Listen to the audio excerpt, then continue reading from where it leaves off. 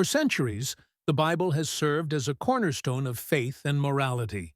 Yet, what if the canon we know today represents only a fraction of the spiritual and historical narratives that once existed?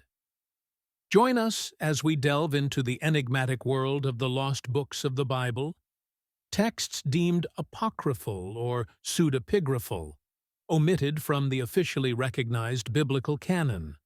We will explore their historical context, their potential links to secular history, and question why these writings have been hidden from the mainstream. Our journey begins in the 4th century A.D., a period of immense upheaval and consolidation for the early Christian Church.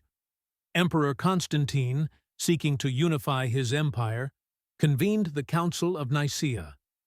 This pivotal event not only solidified core Christian doctrines, but also initiated the process of canonization, the selection of texts deemed authoritative, and the rejection of others.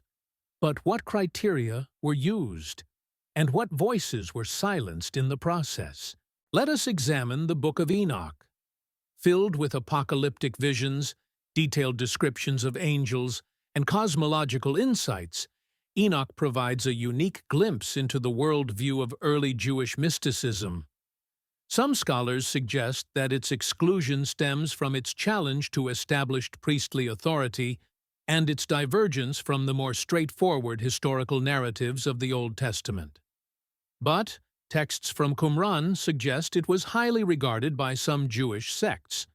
Its exclusion could have been to downplay the more fantastical elements of the faith as it tried to be integrated into the Roman world. Next, we turn to the Gospel of Mary Magdalene. This Gnostic text portrays Mary not merely as a follower of Jesus, but as a key disciple entrusted with deeper spiritual knowledge. Its exclusion is often attributed to the patriarchal structures of the early church, which sought to marginalize female leadership and suppress alternative interpretations of Christian teachings. However, her figure is still considered a saint and important person. Did the church perhaps feel threatened by a text from someone who claimed to know the true teachings better than them? Consider also the Book of Jubilees, a retelling of Genesis and Exodus that presents a specific, highly structured chronology of events.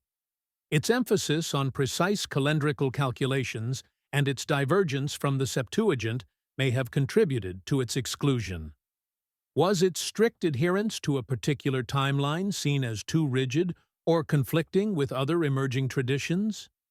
It's essential to remember the historical context.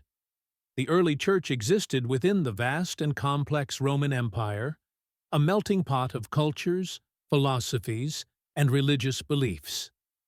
The selection of biblical texts was, in part, a political act, an attempt to create a unified and coherent identity for the burgeoning Christian faith within this diverse landscape.